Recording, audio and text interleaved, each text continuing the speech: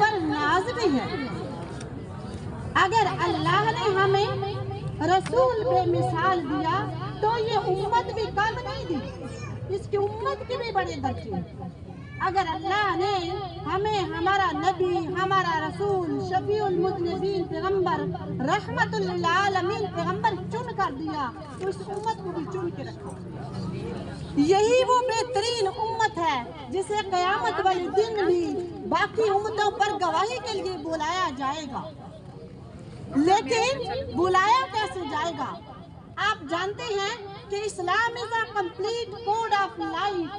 اسلام ایک مکمل ضابطۂ حیات ہے۔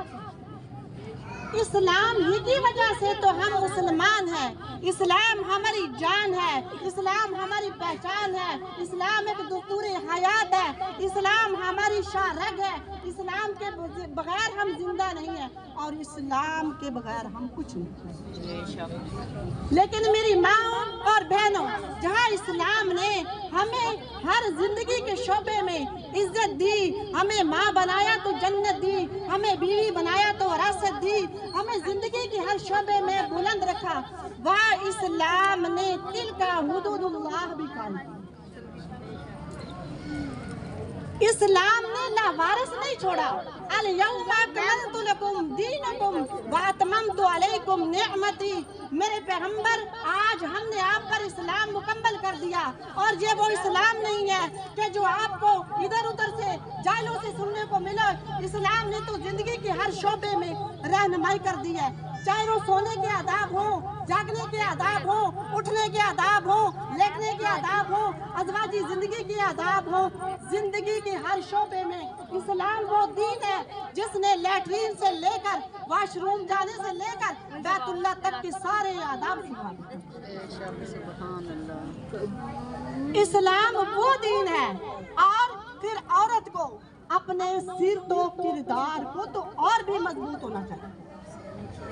عورت کی سیرت و کردار ہی سے کامیابیاں ملتی ہیں۔ عورت کی سیرت و کردار مضبوط ہوگی تو کامیابیاں قدم چومیں گی۔ اور جیسا کہ اب سبھی جانتے ہیں ہم یہاں کیوں اکٹھے ہوئے ہیں، یہ اکٹھے ہونا، لیکن جن قدموں سے چل کے آئے ہیں اللہ آپ کا آنا اور جانا قبول کرے۔ کیوں کہ جو مومن کسی کی خوشی میں اور کسی کے غم میں شریک ہوتا ہے اللہ اس کے درجے بلند کرتا ہے، بشرطے کہ مومن کو رب پر توکل ہو اور وہ گھر سے یہ نیت لے کر چلے کہ میں اگر کسی کی خوشی میں جا رہا ہوں تو وہاں اس کی خوشی کو سیلیبریٹ کروں گا، اور اگر کسی کے غم میں شریک ہو رہا ہوں تو وہی طریقہ اپناؤں گا جو میرے پیغمبر نے مجھے سکھایا کہ ہم جب کس کے گھر جاتے ہیں تو مومن کو تسلی دیتے ہیں۔ دنیا میں کوئی انسان ایسا نہیں آیا جو رنج سے، غم سے، تکلیف سے، ناکامیابی سے، پریشانیوں سے بچا رہا۔ کوئی ایسا انسان اللہ نے پیدا نہیں کیا۔ ہر انسان کے ساتھ یہ دو چیزیں لگائی، لیکن مومن اور کافر کے کردار میں فرق ہوتا ہے۔ کافر ناکامیابیوں میں، دکھوں میں، پریشانیوں میں اپنے ہوش و حواس کھو بیٹھتا ہے اور کبھی کبھی اس قدر غم کو برداشت نہیں کر پاتا کہ نوبت خودکشی تک آ پہنچتی ہے۔ لیکن مومن کا کردار یوں نہیں ہوتا، مومن کی سیرت یوں نہیں ہوتی، مومن کی بصیرت یوں نہیں ہوتی۔ مومن کی تمام تر توجہ، تمام تر اس کی توکل اپنے رب کی ساتھ پر۔ وہ سوچتا ہے کہ جو اللہ نے کیا وہ میری تقدیر میں تھا، اور جب وہ یہ سوچ لیتا ہے کہ میرے اللہ نے اس میں میرے لیے کوئی خیر کا پہلو رکھا ہوگا، اس مصیبت کے پہنچنے پر میرے اللہ نے میرے لیے کوئی خیر کا پہلو رکھا ہوگا، پھر وہ یہ سوچ کر اور اپنے رب کی رضا پر راضی ہو کر پرسکون ہو جاتا ہے۔